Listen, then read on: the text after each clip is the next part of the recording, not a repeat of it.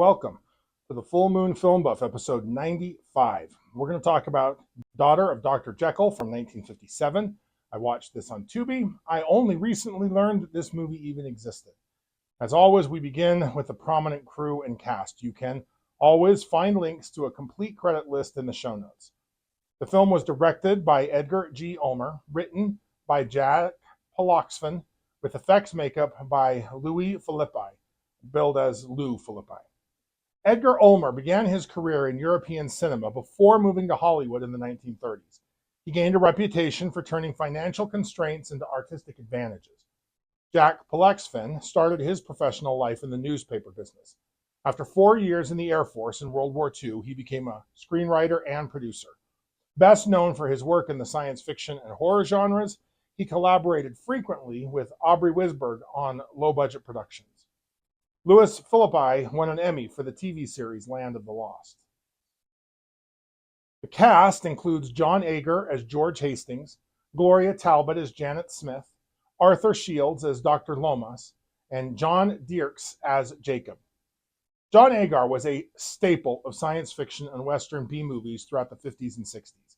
He initially gained public attention through his marriage to Shirley Temple, but soon established himself as an actor in his own right, debuting in John Ford's Ford Apache in 1948. Gloria Talbot was known for her work in television and B-movies during the 50s and 60s. She began her career as a child actress before transitioning to adult roles, gaining recognition for her performance in science fiction and horror films. Talbot also appeared in popular TV westerns, showcasing her equestrian capabilities. Now, Arthur Shields had a long career in theater, film, and television. He was the younger brother of acclaimed actor Barry Fitzgerald and began acting at the Abbey Theatre in Dublin before moving to Hollywood in the 40s. Shields appeared in several films directed by John Ford, including the classic The Quiet Man from 1952. John Dierks was known for his tall, gaunt appearance and distinctive voice, making him a memorable film presence in the 50s and 60s.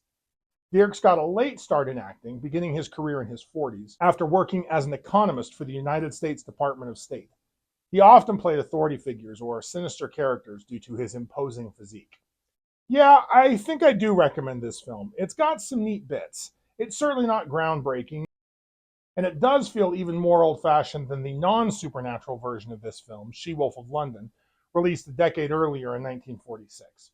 So I won't tell you that you need to track it down and watch it, but I think you might enjoy it. Now let's move on to the synopsis. The movie opens with a brief summary of the story of Dr. Jekyll and Mr. Hyde. We cut to a close-up of Dr. Lomas as a Hyde-like character, hinting that the story is not yet finished. Janet Smith and her fiancé, George Hastings, arrive at the mansion just before her 21st birthday. They're greeted by Jacob, the stoic groundskeeper, and Mrs. Merchant, the housekeeper. Janet meets her maid, Maggie. Now, Maggie helps Janet dress and unpack. Maggie promised her mom that she would always be home before moonrise. Janet discovers that the villagers are a superstitious lot, afraid of monsters. Janet's guardian, Dr. Lomas, is surprised by Janet and George's engagement announcement. Lomas informs Janet that she will inherit the house, along with a vast estate and fortune that she was unaware of. Lomas mentions another inheritance that he will fully explain later. The next day, Janet and George explore the 36-room mansion and discover a switch on a suit of armor that opens a bookshelf, revealing a hidden laboratory. Lomas explains it originally hid Jesuits, but was later used by Janet's father. He insists on speaking to Janet alone. After their private conversation, a visibly shaken Janet breaks off her engagement with George. Lomas takes them to the family crypt and explains Janet is the daughter of Dr. Henry Jekyll, the brilliant scientist and infamous werewolf. Jacob eavesdrops on the whole conversation. Janet fears passing on a hereditary madness to her future children. George very logically points out that there is no reason for the consequences of Jekyll's science experiment to be hereditary. That night, Lomas prescribes warm milk and hypnotizes Janet under the guise of checking her nerves. Maggie warns Janet that Monster Jekyll rises from his tomb during the full moon. Janet dreams of transforming into a monster and killing Maggie. Lomas sedates her. She wakes to find blood on her hands and nightgown. The next morning, Jacob recovers Maggie's dead body, killed by a werewolf. That night, Lomas sedates Janet again and locks her in her room. Janet has another nightmare about killing another young woman. Once again, she wakes with blood on her hands. Jacob accuses Janet of the murders and threatens her with a stake through the heart. Lomas instantly fires him. Mrs. Merchant quits out of fear. George finds a book on werewolves, which further upsets Janet. She gets hysterical and even suicidal. Janet can't leave town due to an impending inquest. Janet disappears. George finds her near the crypt. Jacob sharpens the world's longest stake.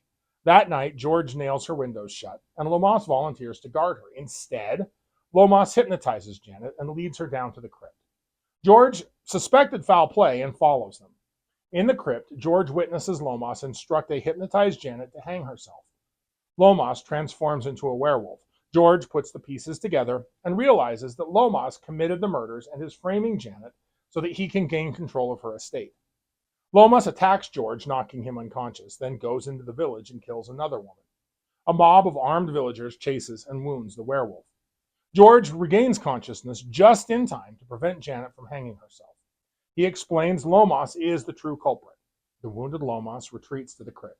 George fights him, but the werewolf Lomas is too strong. Jacob arrives with the mob and drives a stake through Lomas's heart. While dying, he reverts to human form, thus clearing Janet's name. The movie ends with a flashback of the opening scene of Lomas in the mist, followed by a questioning voiceover asking, "Are you sure?" accompanied by demonic laughter, suggesting that the werewolf threat might not be over. As far as the transformation goes, I found this to be interesting, but I would understand if anyone found it to be underwhelming. The makeup job is certainly on the minimalist end of the werewolf spectrum. No prosthetics I could notice. It's a bare bones job fit for the theater. Grease paint wrinkles, glued on hair, dental appliances, and body language selling the whole package. We never get a good look at a transformed Janet, which makes sense. She's only imagining herself as a monster. She isn't actually one. We only see one transformation, and it's more dynamic than the dissolves we usually see in this time period. A lighting change reveals makeup that only shows up under certain lighting conditions. And we get very little when it comes to werewolf lore, other than a link to the full moon. We have no idea how or why Dr. Loomis became a werewolf. He is referred to as a werewolf by himself, by the staff, and by the villagers. I have guesses, but the film has no interest in providing evidence for any of them. Was Lomas always a werewolf and Jekyll used his friend to develop his serum initially? Was Jekyll innocent and blamed for crimes that Lomas committed, like Lomas tried to do to Janet?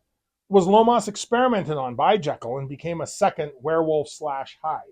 We just don't have any idea. There is some kind of tie to the full moon, but no mention of silver. The film borrows vampire fighting techniques and applies them to werewolves. A stake to the heart, for example. Now, this isn't the first film to highlight the similarities between Robert Louis Stevenson's novella, The Strange Case of Dr. Jekyll and Mr. Hyde. So it's time to tackle this topic directly. Let's begin with a quick summary of the plot. A lawyer named Gabriel John Utterson investigates strange occurrences involving his old friend, well-regarded physician Dr. Henry Jekyll, and a mysterious, malevolent figure named Edward Hyde. As the narrative unfolds, it is revealed that Dr. Jekyll has developed a potion that transforms him into Hyde, an embodiment of all his repressed evil impulses. Jekyll initially revels in the freedom that this transformation provides, using Hyde as a means to indulge in vices and cruel acts without damaging his good reputation. The situation spirals out of control as Jekyll finds himself changing into Hyde involuntarily and with increasing frequency. Hyde's actions become ever more heinous, culminating in the murder of a prominent member of society. Jekyll cannot contain his alter ego, and he becomes a prisoner in his own home, fearing the next transformation. In a final letter, Jekyll confesses the truth to Utterson. Unable to suppress Hyde, Jekyll ends both their lives rather than allowing his evil persona to dominate. The novella explores the dangers of unchecked scientific experimentation, along with the potential for darkness within even the most respected individuals. It's the second theme that ties Jekyll and Hyde so closely to the werewolf mythos. At its core, the Jekyll and Hyde story revolves around the concept of transformation, a central element in werewolf lore. Just as a werewolf transforms from human to beast, Dr. Jekyll transforms into the savage Mr. Hyde, who embodies many characteristics commonly associated with werewolves. He's described as primitive and filled with murderous rage. Hyde's nocturnal activities and the fear he inspires in others also parallel common werewolf tropes. Both werewolves and Hyde represent the dangerous other that threatens a nice, orderly society. Dr. Jekyll's transformations in the Mr. Hyde mirror the variety of a werewolf's transformations, moving from a deliberate decision to drink a potion to losing control over the changes.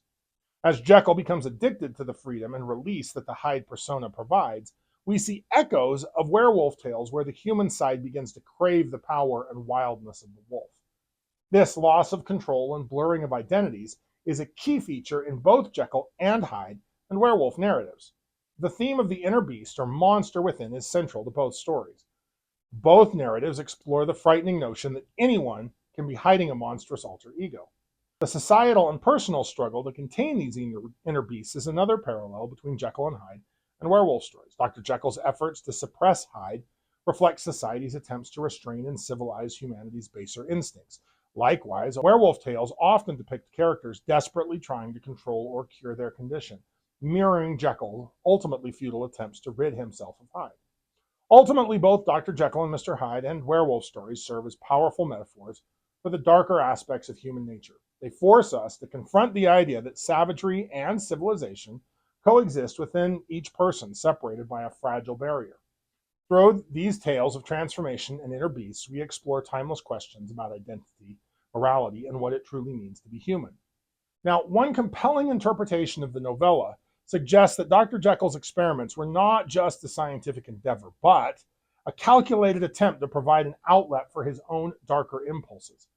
In Victorian society, strict moral codes and social expectations often led to the suppression of desires and instincts deemed improper or sinful.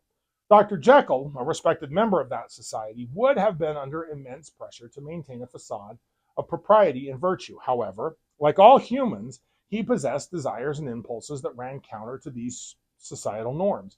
Jekyll's creation of the Hyde persona can be seen as a response to this repression.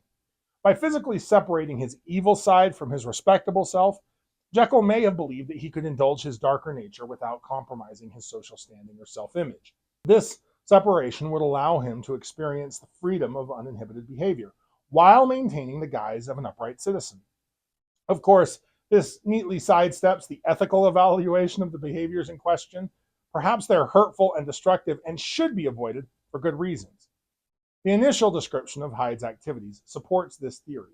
While certainly immoral by Victorian standards, Hyde's early actions are more indicative of a man indulging in vice and debauchery rather than purely evil. But as the story progresses and Jekyll loses control, Hyde's behavior becomes truly monstrous. This progression suggests Jekyll's original intent was to create a safe outlet for minor transgressions. Jekyll's final confession provides further evidence for this interpretation. He speaks of the perennial war among my members and how he concealed his pleasures. This language implies a long-standing internal conflict and a history of hiding his true desires. The Hyde persona then can be seen as Jekyll's attempt to resolve this conflict by allowing these hidden aspects of himself expression without risk to his public persona. However, this strategy backfires spectacularly. Rather than providing a controlled outlet, the Hyde persona grows stronger and more dominant over time. This result is a warning about the dangers of trying to compartmentalize one's nature. Ultimately, Stevenson's work suggests that true moral growth comes not from dabbling in our darker impulses, but from acknowledging and integrating all aspects of our nature. So, if you like lycanthropes, like, share, and subscribe. Contribute your thoughts and additional observations in the comments below. Let me know what I missed or what you noticed. Next, I plan on discussing Mad at the Moon from 1992. Keep your eye on the moon, a silver bullet in the chamber, and we'll see you back next episode.